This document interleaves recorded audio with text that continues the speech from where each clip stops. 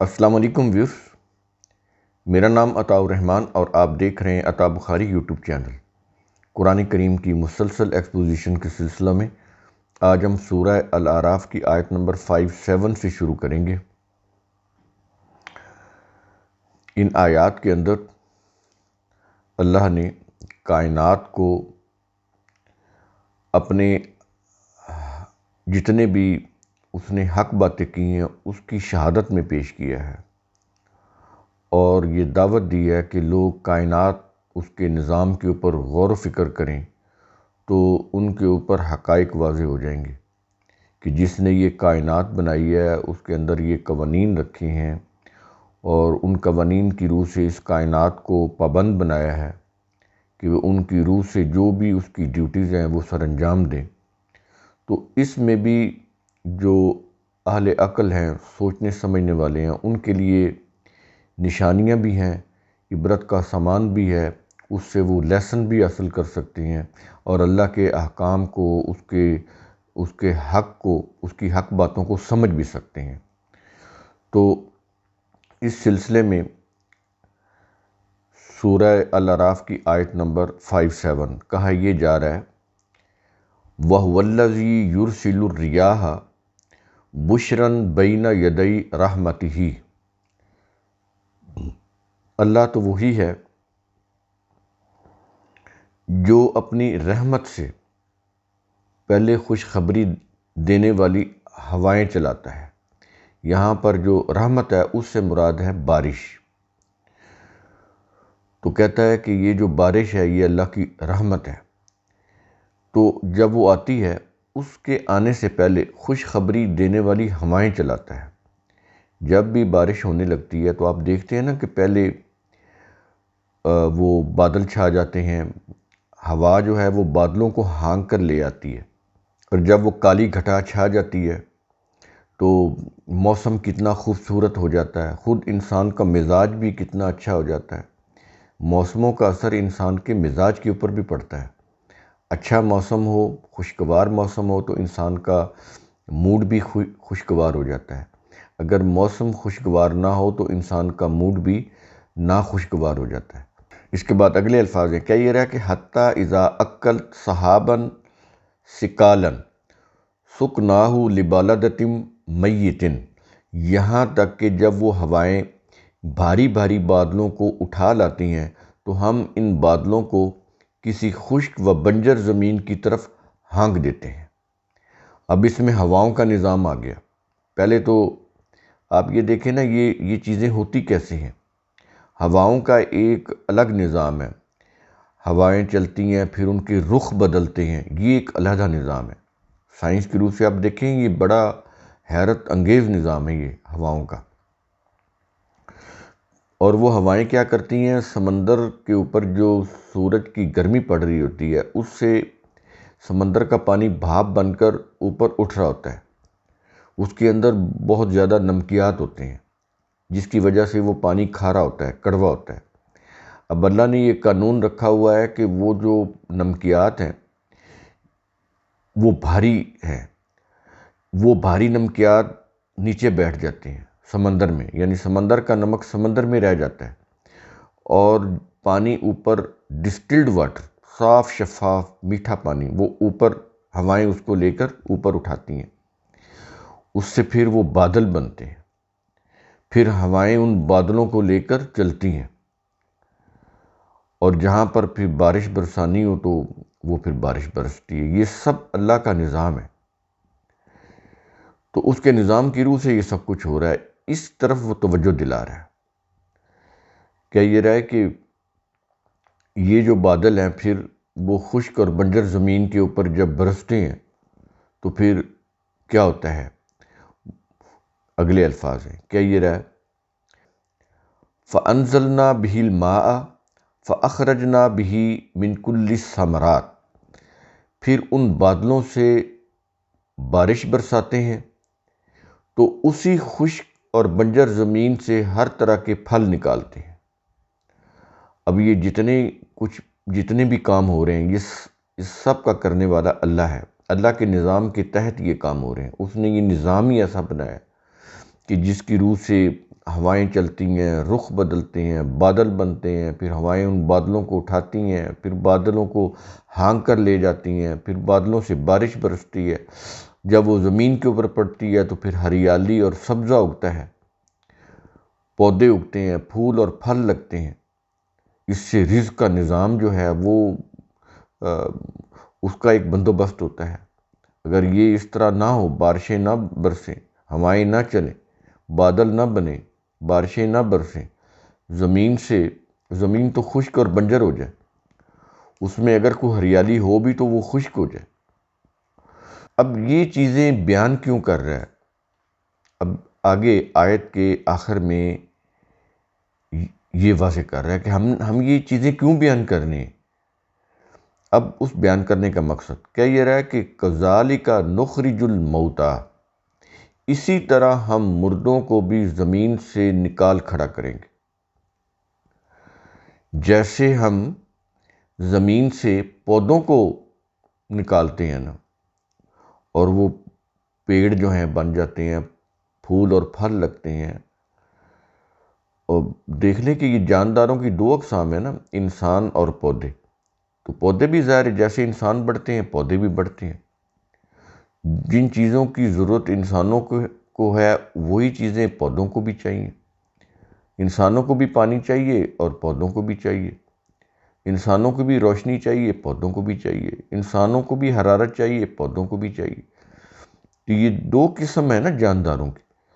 تو دیکھ لیں قرآن کریم جانداروں کی قسم سے مثال دے رہا ہے کہ جیسے ہم ان پودوں کو زمین سے نکالتے ہیں، بظاہر تو وہ مردہ ہوتے ہیں نا، بیج کو دیکھیں وہ مردہ ہوتا ہے، وہ حرکت تو نہیں کر رہا ہوتا، اس میں ایک ایمبریو ہوتا ہے جو زمین میں جب ہم اس کو دباتے ہیں تو وہ ایمبریو پھوٹتا ہے، وہ زمین کا سینہ پھاڑ کے پھر اس کی کمپل باہر نکلتی ہے۔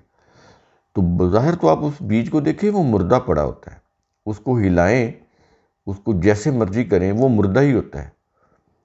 تو اب یہاں پر یہ کہہ رہا ہے کہ جب انسان مر جاتے ہیں تو کہتا ہے ایسے ہی ہم قیامت کو اٹھا لیں گے، ہمارے لیے تو کوئی مشکل نہیں ہے۔ جیسے مردہ بیج سے ہم نے اتنی بڑے یہ پودے اگا دیے، تو وہ پودے جاندار ہی ہیں، خوراک لیتے ہیں، اور اسی طرح ہم انسانوں کو بھی جو دفن ہے زمین میں ان کو ہم نکال لیں گے، نکال کھڑا کریں گے، ہمارے لیے کوئی مشکل نہیں ہے۔ اب کائنات کی یہ نشانیاں بیان کرنے کے بعد آیت کے آخر میں اس کا مقصد بتایا جا رہا ہے کہ یہ نشانیاں ہم نے بیان کیوں کی ہیں۔ تو الفاظ ہیں لعلکم تذکرون، تاکہ تم ان نشانیوں پر غور و فکر کر کے نصیحت حاصل کر سکو۔ اس کے بعد اگلی آیت نمبر 58، اس میں بھی کائنات سے ریلیٹڈ بات کی جا رہی، اس کے مشاہدے کی بات کی جا رہی۔ کہہ یہ رہا ہے کہ والبلد الطیب یخرج نباتہ بإذن ربہ، اور جو زمین زرخیز ہوتی ہے وہ اپنے رب کے حکم سے خوب سبزہ اور پھول و پھل لاتی ہے۔ یہ جو ہے نا لفظ اس کے اندر نبات، یہ نبات پیداوار بھی ہوتی ہے، یہ سبزہ بھی کہتے ہیں، اسی سے پھر وہ پودے بنتے ہیں، درخت بنتے ہیں، ان کو پھول اور پھل لگتے ہیں۔ تو کہہ یہ رہا ہے کہ جو زمین زرخیز ہوتی ہے، زرخیز بھی تو اللہ کے قانون سے ہوتی ہے نا، وہ اپنے رب کے حکم سے خوب سبزہ اور پھول اور پھل لاتی ہے، اس کو پیداوار لگتی ہے۔ اس کے بعد آگے کیا یہ رہا ہے کہ والذی خبث لا یخرج الا نکدا، اور جو زمین خراب ہو اس سے تھوڑی سی ناقص پیداوار کے سوا کچھ نہیں نکلتا۔ اب یہ چیز بتانے کے بعد قرآن دیکھیں پھر اصل مقصد کی طرف آ رہا ہے کہ ہم یہ بات کیوں بتا رہے ہیں۔ پچھلی آیت میں بھی تھا نا، اس آیت میں بھی ہے، وہاں پر بھی کائنات کی بات کر کے اصل بات کی گئی کہ یہ بات ہم تمہیں کیوں بتا رہے ہیں، تاکہ تم یہ نہ سمجھو کہ ہم مردہ ہو کر زمین میں دفن ہو گئے، چلے گئے تو ہم کیسے زندہ ہوں گے۔ کہا کہ جیسے ان پودوں کو زمین سے اللہ نکال لیتا ہے ایسے ہی تمہیں بھی نکال لے گا زندہ کر کے۔ اور اس آیت میں بھی اسی طرح کا انداز ہے۔ یہ چیز بتانے کے بعد کہ زرخیز زمین سے سبزہ اگتا ہے، اور جو خراب زمین ہوتی ہے، جیسے کلر والی زمین ہے، سیم تھور والی زمین ہے، واٹر لاکڈ ایریا جو ہوتا ہے، اس میں فصل نہیں ہوتی۔ تو اب جو خراب زمین ہے، کہتا اس میں کچھ بھی پیدا نہیں ہوتا، جو بھی ہوتا ہے وہ ناقص ہی ہوتا ہے، ایسے کوئی چیزیں پیدا ہو جاتی ہیں جو بالکل ہمارے کسی کام کی نہیں ہوتی بظاہر۔ تو کہہ یہ رہا ہے کہ یہ چیزیں ہم کیوں بیان کر رہے ہیں، آگے اس کی ریزن بتا رہا ہے۔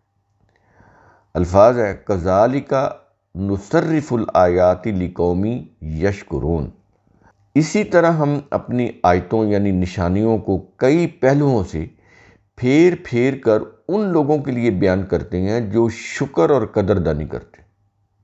کن کے لیے بیان کرتے ہیں؟ جو شکر کرتے ہیں، قدردانی کرتے ہیں۔ اور یہ جو نصرف ہے نا، نصرف الآیات، آیات کو پھیر پھیر کر مختلف پہلوؤں سے، مختلف طریقوں سے بیان کرنا، یہ اس لیے تاکہ لوگ بات کو سمجھ لیں۔ ہر شخص ہر انداز سے بات کو نہیں سمجھ سکتا، ہر شخص کا اپنا ایک مزاج ہوتا ہے، اس کے سمجھنے کا اپنا ایک زاویہ نظر ہوتا ہے۔ تو اللہ کہہ رہا ہے کہ ہم ہر طرح سے بات کو بدل بدل کر، بات وہی ہوتی ہے لیکن مختلف طریقوں سے، مختلف اینگل سے، مختلف زاویوں سے اس بات کو سمجھاتے ہیں تاکہ سب کو بات سمجھ آ جائے کہ جو ہم نے کہا ہے وہ سب لوگوں کی سمجھ میں آ جائے، وہ پڑھے لکھے ہوں، وہ ان پڑھ ہوں، وہ فلاسفر ہوں، وہ کوئی مزدور ہوں، کوئی کلرک ہو، کوئی وکیل ہو، کوئی بھی ہو، کسی بھی طبقے سے ریلیٹڈ ہو، بہت ذہین ہو، ایوریج ذہانت رکھنے والا ہو، سب کو بات سمجھ آ جائے۔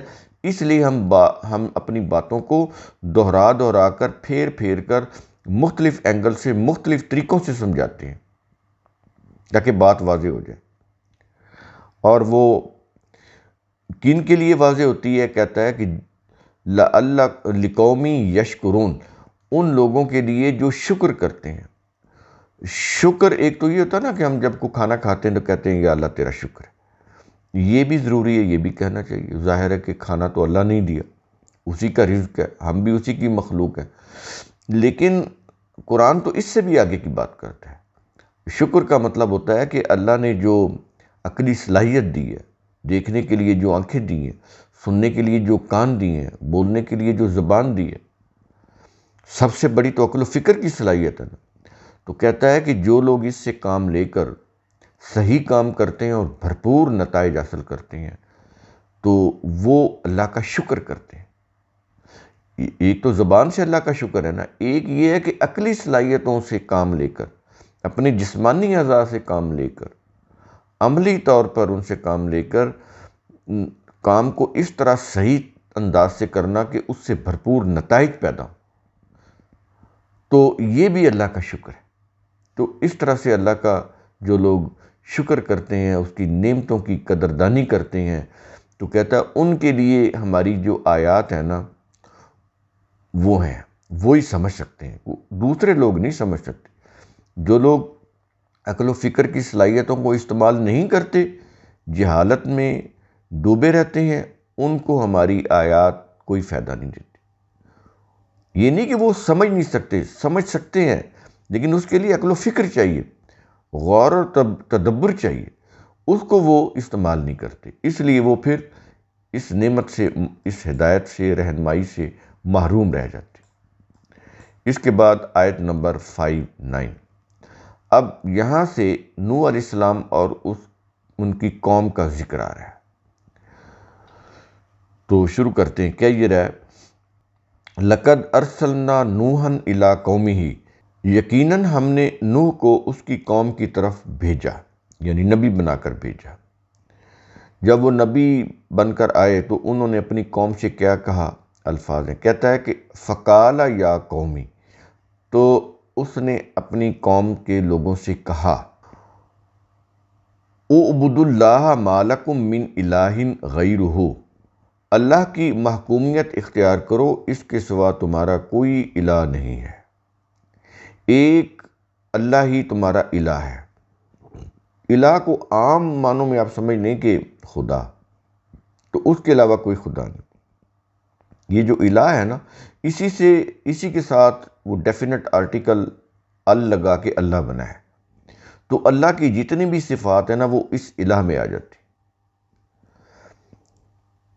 اس کو اگر کوئی ان شارٹ سمجھنا ہو تو آپ یوں کہہ لیں کہ الہ وہ ہوتا ہے جس کے حکموں پر دل سے چلا جائے، جس کے حکموں کو دل سے مانا جائے۔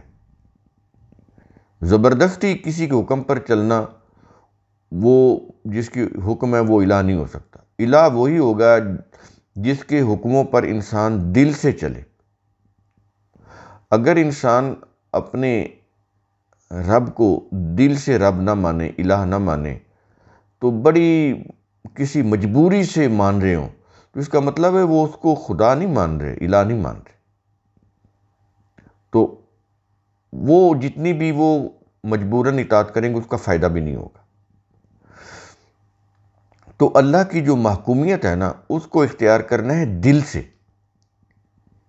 دل سے اختیار، دل کے ارادہ اور رضامندی سے، کسی مجبوری سے یا کسی کراہت کے ساتھ نہیں۔ تو یہاں پر یہ چیز واضح ہو گئی کہ ایکچولی قرآن یہاں پر بات کیا کر رہا ہے کہ دل کی رضامندی سے اللہ کی محکومیت کو اختیار کرنا ہے۔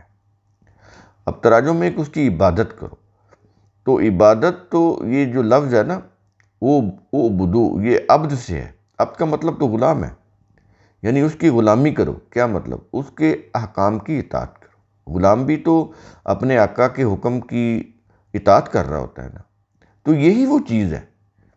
اس میں ورشپ یا ریچول نہیں ہے جو انہوں نے ڈالے عبادت کا لفظ لے کے۔ اب اگر آپ ورشپ اور ریچول کر رہے ہیں لیکن اللہ کے احکام کو نہیں مان رہے، اس کے اوپر عمل نہیں کر رہے، تو آپ خود سوچیں کہ وہ ریچولز یا وہ ورشپ کیا وہ نجات کا ذریعہ بن جائے گی؟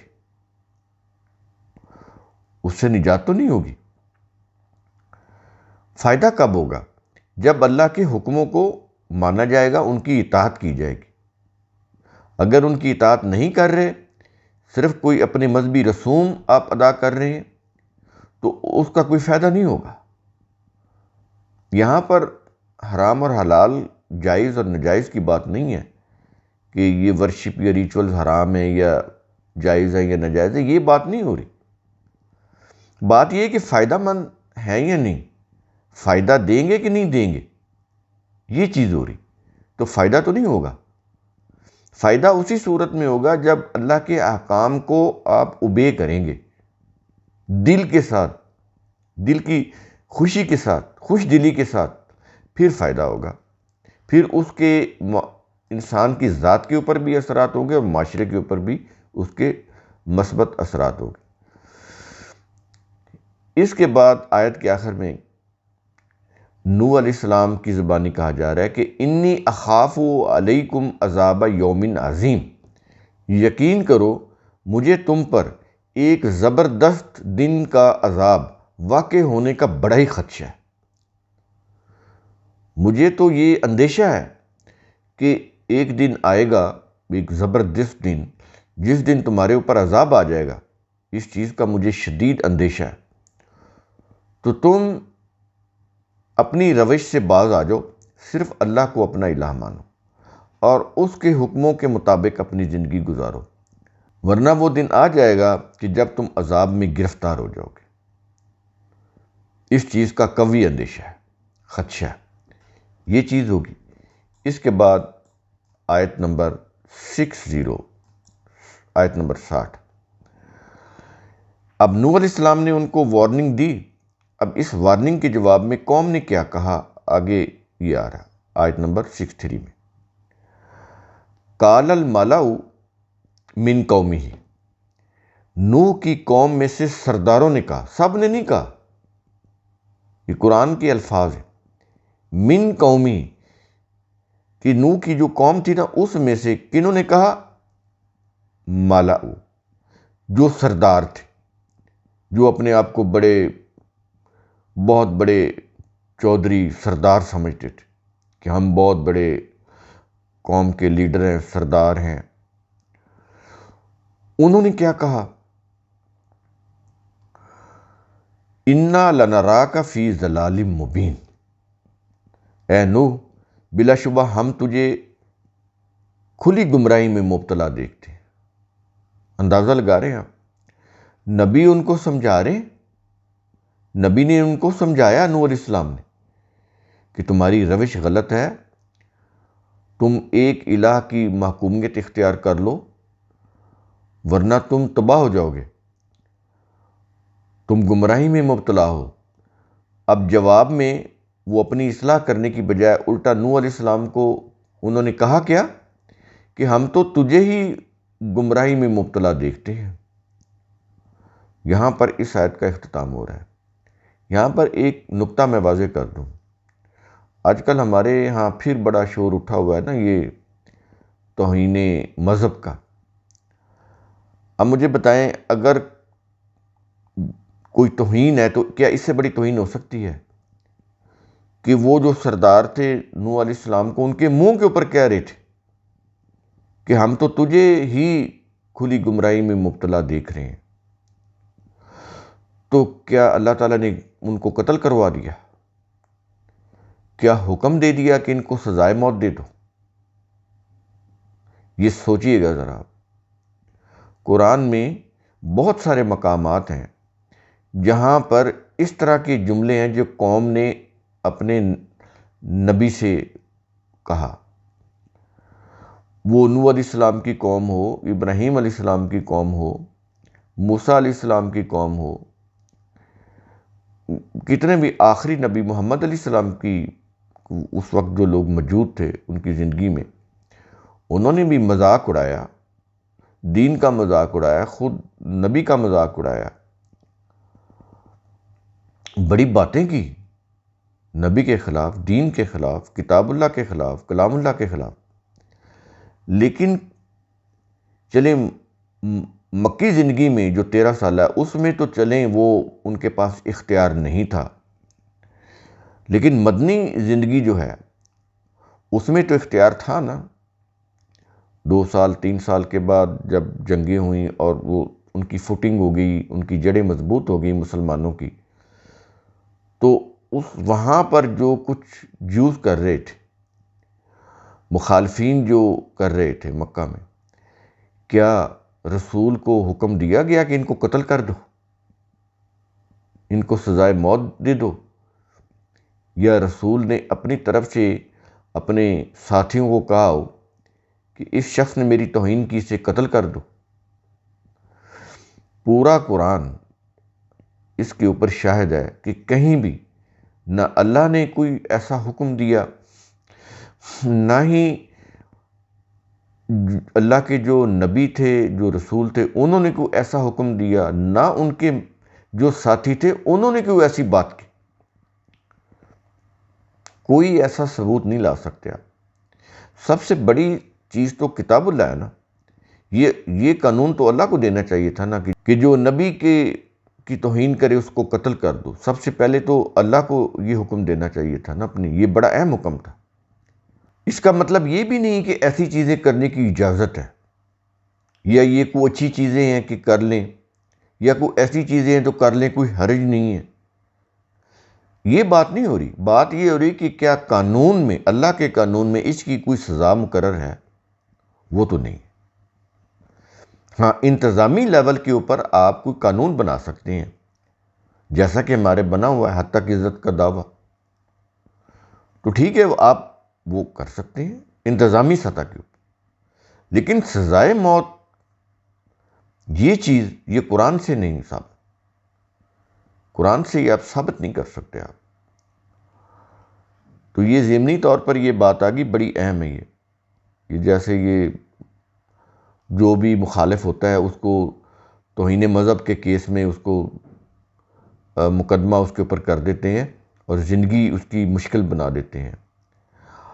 بھلے اس نے توہین مذہب نہ کی ہو تب بھی، یعنی ان کی نظر میں توہین مذہب ہوگی تو اس کے اوپر مقدمہ بنا دو، اس کے بیوی بچے ہیں، اس کی زندگی ہے۔ یہ بے انصافی، یہ اس طرح کا جو ظلم لوگوں کے ساتھ کیا جاتا ہے، اس کے لیے تو بھی کوئی قانون بننا چاہیے نا۔ آپ نے جنرل ضیاء الحق نے اپنے اقتدار کے لیے یہ قانون تو بنا دیا، لیکن جو لوگ بے قصور ہیں تو سوچئے ان کا جو وبال پڑے گا ان لوگوں کے اوپر جو لوگ ان کے اوپر جھوٹے مقدمات بناتے ہیں، یا جنہوں نے یہ ایسے قوانین بنائے کہ مخالفوں کو پھنسانے کے لیے یہ توہین مذہب کی دفعہ لگوا دو۔ ہو رہا نہیں ہے، اور پھر لگانے سے پہلے کئی تو ہمارے ہاں جو ریلیجس آرگنائزیشن ہے وہ پیسے لیتے ہیں، ان کے جو سرگرم رکن ہوتے ہیں وہ پیسے دیتے ہیں، ورنہ ہم یہ دفعہ لگوا دیں گے۔ جو دفعہ اس طرح کا ہتھیار بن جائے، ظالم لوگوں کا، ان کے ظلم کرنے کا ہتھیار بن جائے، تو آپ خود سوچیں کہ اس سے معاشرے کے اندر کس قدر تباہی آئے گی۔ کسی بھی شخص کی، انبیاء تو بہت اونچا مقام ہے نا، اللہ کے بعد جو انبیاء کی جو ہستیاں ہیں یہ تو سب سے بڑا مقام رکھتی ہیں نا اللہ کے بعد۔ میں تو کہتا ہوں عام انسان کی بھی اس عزت پامال کرنے کی کسی کو اجازت نہیں ہونی چاہیے، کوئی جا کے انبیاء کے متعلق کوئی کرے، لیکن کوئی انصاف کے ساتھ یہ انتظامی جتنے بھی قوانین ہیں وہ بنانے، یہ انتظامی لا ہیں بیسیکلی، انتظام کو بہتر رکھنے کے لیے۔ تو یہ نہیں ہے کہ یہ توہین مذہب کی اس طرح کی دفعات بنا کے مخالفوں کو اندر کر دیا جائے، یہ انصاف نہیں ہے۔ اس کے بعد اگلی آیت نمبر 61 الفاظ ہیں، قال یا قومی لیس بی ضلالۃ، نوح نے کہا اے میری قوم میں کسی گمراہی میں مبتلا نہیں۔ پیچھے ہے نا کہ جب نوح علیہ السلام نے ان کو دعوت دی تو انہوں نے نوح علیہ السلام کو کیا کہا کہ اے نوح تو ہی گمراہی میں مبتلا ہے۔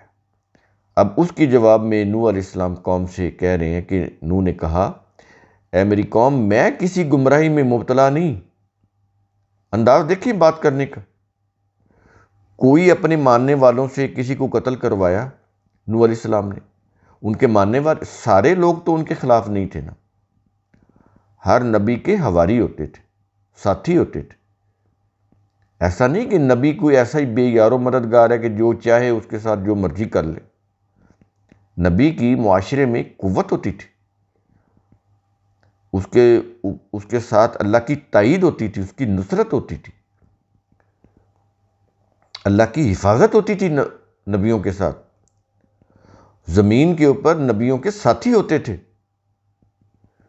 تو ایسا نہیں ہے کہ نبی کے ساتھ جو مرضی کر کے کوئی چلا جائے اور اس کو کوئی پوچھنے والا نہیں تھا۔ تو نبی کے ساتھی تھے، اللہ کی تائید ان کے ساتھ تھی، لیکن اس کے باوجود نوح علیہ السلام نے کوئی سخت بات نہیں کی، کوئی لڑائی جھگڑا نہیں کیا، کسی کو کسی کے ہاتھوں قتل نہیں کروایا، کہا کہ اے میری قوم میں تو کسی برائی میں مبتلا نہیں ہوں۔ اس کے بعد اگلے الفاظ ہیں، کیا یہ رہا کہ وَلَٰكِنِّي رَسُولٌ مِّن رَبِّ الْعَالَمِينَ، بلکہ میں تو تمام جہانوں کے رب کی طرف سے ایک رسول ہی ہوں، میں تو اللہ کا رسول ہوں، تو میں گمراہی میں مبتلا تو نہیں ہوں، میں تو تمہاری خیر خواہی چاہ رہا ہوں، تمہاری بھلائی کے لیے تمہیں نصیحت کرتا ہوں، اس کے علاوہ تو میں نے تمہیں کوئی بات نہیں کہی، اور تم الٹا مجھے کہتے ہو کہ تو گمراہی میں مبتلا ہے، جبکہ میں اللہ کا رسول ہوں، تمہاری خیر خواہی میں تمہیں صرف نصیحت کرتا ہوں کہ تم باز آ جاؤ۔ اس کے بعد اگلی آیت نمبر 62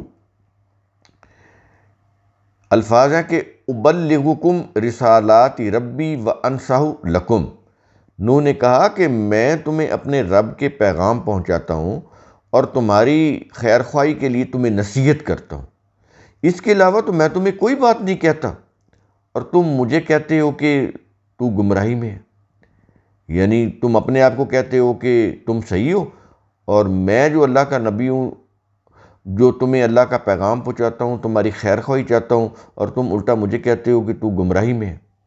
اس کے بعد آیت کے آخر میں نوح علیہ السلام کا قول، وَأَعْلَمُ مِنَ اللَّهِ مَا لَا تَعْلَمُونَ، کیونکہ میں اللہ کی طرف سے وہ کچھ جانتا ہوں جو تم نہیں جانتے،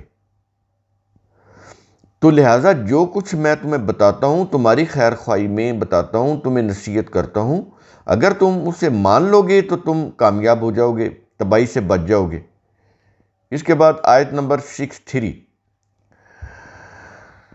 بڑی خوبصورت انداز سے بات ہو رہی ہے۔ اب یہ دیکھیں، کوئی قتل و غارت نہیں ہے، کوئی توہین مذہب کے مقدمے نہیں ہو رہے، کسی کو یہاں سزائیں نہیں سنائی جا رہی، بات سمجھائی جا رہی ہے انبیاء کی زبانی۔ آیت نمبر 63 کیا یہ رہا ہے؟ او عجبتم ان جاءکم ذکر من ربکم علی رجل منکم، نوح نے کہا کیا تمہیں اس بات پر تعجب ہو چلا ہے کہ تمہارے رب کی نصیحت ایک ایسے شخص کے ذریعے تمہارے پاس پہنچی ہے جو تم میں سے، صرف اسی لیے تم میرا انکار کر رہے ہو میرے نبی ہونے کا کہ میں تمہاری برادری میں سے ایک فرد ہوں، اور مجھ پر اللہ کی وحی آئی ہے، اور میں اس وحی کے ذریعے جو مجھے احکام ملے میں تمہاری بھلائی کے لیے وہ تمہیں سناتا ہوں۔ میرا تو اتنا ہی کام ہے، اور تم اس کے اوپر تعجب کر رہے ہو کہ تمہارے لوگوں میں سے، تمہاری برادری میں سے یہ شخص نبی کیسے ہو گیا؟ ہم اس کی بات کیوں مانیں؟ یہ تو ہمارے میں سے ہی ہے۔ اس کے بعد اگلے الفاظ ہیں، کیا یہ رہا ہے؟ لِيُنذِرَكُمْ وَلِتَتَّقُوا وَلَعَلَّكُمْ تُرْحَمُونَ، تاکہ وہ تمہیں غلط روش کے تباہ کن انجام سے خبردار کرے، تم اللہ کی نافرمانی سے بچ سکو اور تم پر رحمت کی جائے۔ اب نوح علیہ السلام اپنی قوم کی خیر خواہی میں جو 3 کام کرتے تھے یہاں پر یہ بتائے گئے ہیں۔ ایک تو یہ بتایا گیا لِيُنذِرَكُمْ، تاکہ وہ تمہیں تمہاری غلط روش کے تباہ کن انجام سے خبردار کرے، ایک یہ ہو گیا۔ دوسرا ہو گیا وَلِتَتَّقُوا، تاکہ تم اللہ کی نافرمانی سے بچ سکو، اور تیسرا وَلَعَلَّكُمْ تُرْحَمُونَ، تاکہ تم پر رحمت کی جائے۔ یہ 3 چیزیں یہ تھیں جو نوح علیہ السلام جن مقاصد کے تحت ان کو اللہ کا پیغام پہنچا رہے تھے، یہ 3 مقاصد ہیں یہاں پر بیان کیے گئے۔ کتنے شاندار مقاصد تھے جس سے وہ قوم نجات پا سکتی تھی، برے انجام سے بچ سکتی تھی، اپنی بہتری کر سکتی تھی، لیکن قوم اس کے باوجود نوح علیہ السلام کو کہہ رہی تھی کہ ہم تو تجھے گمراہی میں پاتے ہیں۔ اس کے بعد آیت نمبر 64 میں فَكَذَّبُوهُ فَأَنجَيْنَاهُ وَالَّذِينَ مَعَهُ فِي الْفُلْكِ، پھر بھی انہوں نے نوح کو جھٹلایا۔ اب یہ تو ہو گئے نا جھٹلانے والے، یہ تو پھر اپنی تباہی کی طرف چلے گئے، وہ جو طوفان تھا اس کی نظر ہو گئے۔ لیکن جن لوگوں نے نوح علیہ السلام کی باتوں کو مانا، ان کی نصیحتوں کے اوپر عمل کیا، ان کے ساتھی بنے، ان کے ساتھی بن کر کشتی میں سوار ہو گئے، یہ ان کے ساتھی ہو گئے۔ اب ان لوگوں کے متعلق اللہ نے کہا کہ ان کو ہم نے بچا لیا۔ یہاں پر ان کی بچاؤ کا ذکر ہے۔ لیکن جو دوسرا گروہ تھا جو تکذیب کر رہا تھا، جو الٹا نوح علیہ السلام کو کہہ رہا تھا کہ گمراہی میں تو تم ہی ہو، اب ان کے ساتھ کیا معاملہ ہوا؟ آیت کے آخر میں کیا یہ رہا ہے؟ وَأَغْرَقْنَا الَّذِينَ كَذَّبُوا بِآيَاتِنَا إِنَّهُمْ كَانُوا قَوْمًا عَمِينَ، لیکن جن لوگوں نے ہماری آیتوں کو جھٹلایا تھا انہیں غرق کر دیا، کیونکہ وہ لوگ عقل کے اندھے تھے۔ یہ امین ہے عین کے ساتھ، امین، ایک امین وہ الف کے ساتھ ہوتا ہے وہ تو امانت دار ہوتا ہے نا، یہ عین کے ساتھ امین، تو یہ اندھوں کو بولتے ہیں۔ اب مجھے یہ بتائیں کیا وہ فزیکلی اندھے تھے، یعنی آنکھ سے دیکھ نہیں سک رہے تھے؟ اب آپ غور کریں کہ کیا یہ جو امین تھے کیا کوئی وہ فزیکل اندھے تھے کہ ان کو آنکھوں سے کچھ نظر نہیں آ رہا تھا؟ یہ قرآن محاوروں کی زبان استعمال کرتا ہے، یہ بڑا خوبصورت انداز ہوتا ہے بات کو سمجھانے کا۔ یعنی وہ عقل کے اندھے تھے، ان کو سمجھایا جا رہا تھا، سمجھنے کے لیے تیار ہی نہیں تھے، الٹا اپنے آپ کو صحیح اور نبی کو غلط کہہ رہے تھے۔ تو یہ عقل کے اندھے تھے، سچ مچ کے نبینا نہیں تھے کہ ان کو نظر ہی کچھ نہیں آ رہا تھا۔ تو انہوں نے اس کا انکار کیا، کوئی نصیحت کی بات نہیں مانی، اپنی کسی غلطی کو نہیں مانا، تو پھر ان کو اللہ نے غرق کر دیا، اور جن لوگوں نے مانا، عمل کیا، نوح علیہ السلام کا ساتھ دیا، اللہ نے ان کو بچا لیا۔ وہ کشتی میں سوار ہو کے ان کے ساتھ بچ گئے، اور مخالفین جو تھے، حق کا انکار کرنے والے، وہ غرق ہو گئے۔ یہ جتنی بھی چیزیں قرآن اس طرح کی ہمیں بتاتا ہے، یہ اس کے اندر عبرت کا سامان ہوتا ہے، نصیحت ہوتی، اس لیے سناتا ہے، قصے کہانیوں کے لیے نہیں۔ اب یہ دیکھ لیں، پورا واقعہ کہیں بھی قرآن نہیں بیان کرے گا، وہ نوح علیہ السلام ہو، وہ لوط علیہ السلام ہو، ابراہیم علیہ السلام ہو، کہیں بھی نہیں بیان کرے گا۔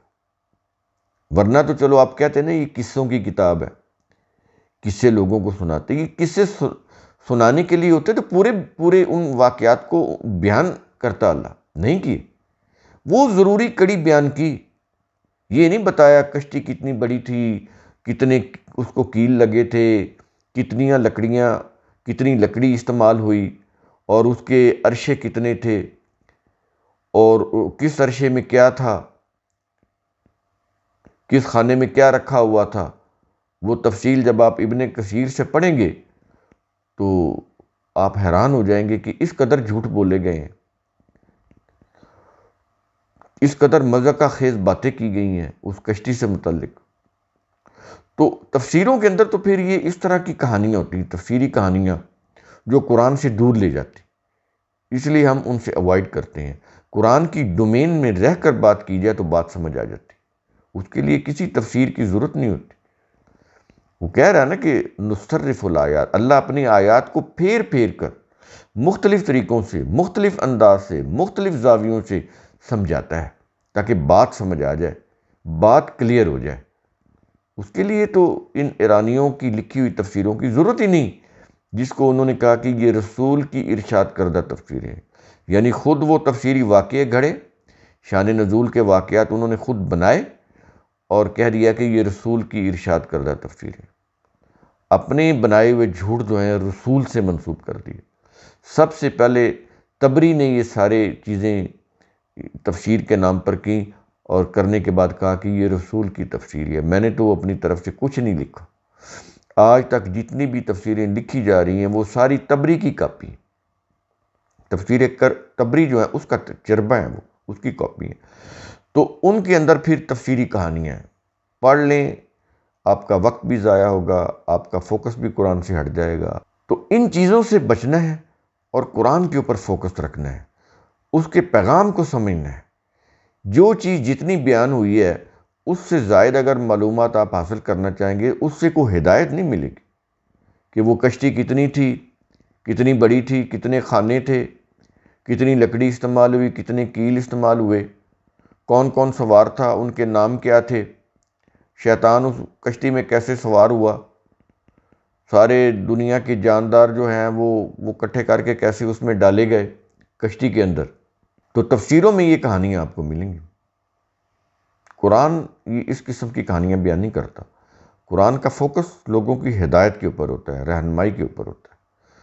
اس کے بعد ہود علیہ السلام اور ان کی قوم کا ذکر ہے، اس کو ہم اگلے لیکچر میں بیان کریں گے۔ تو قرآن کریم کا اصول ثم تفکروا، اس کی روح سے آپ خود بھی سوچا کریں، سمجھا کریں، غور و فکر کیا کریں۔ شکریہ۔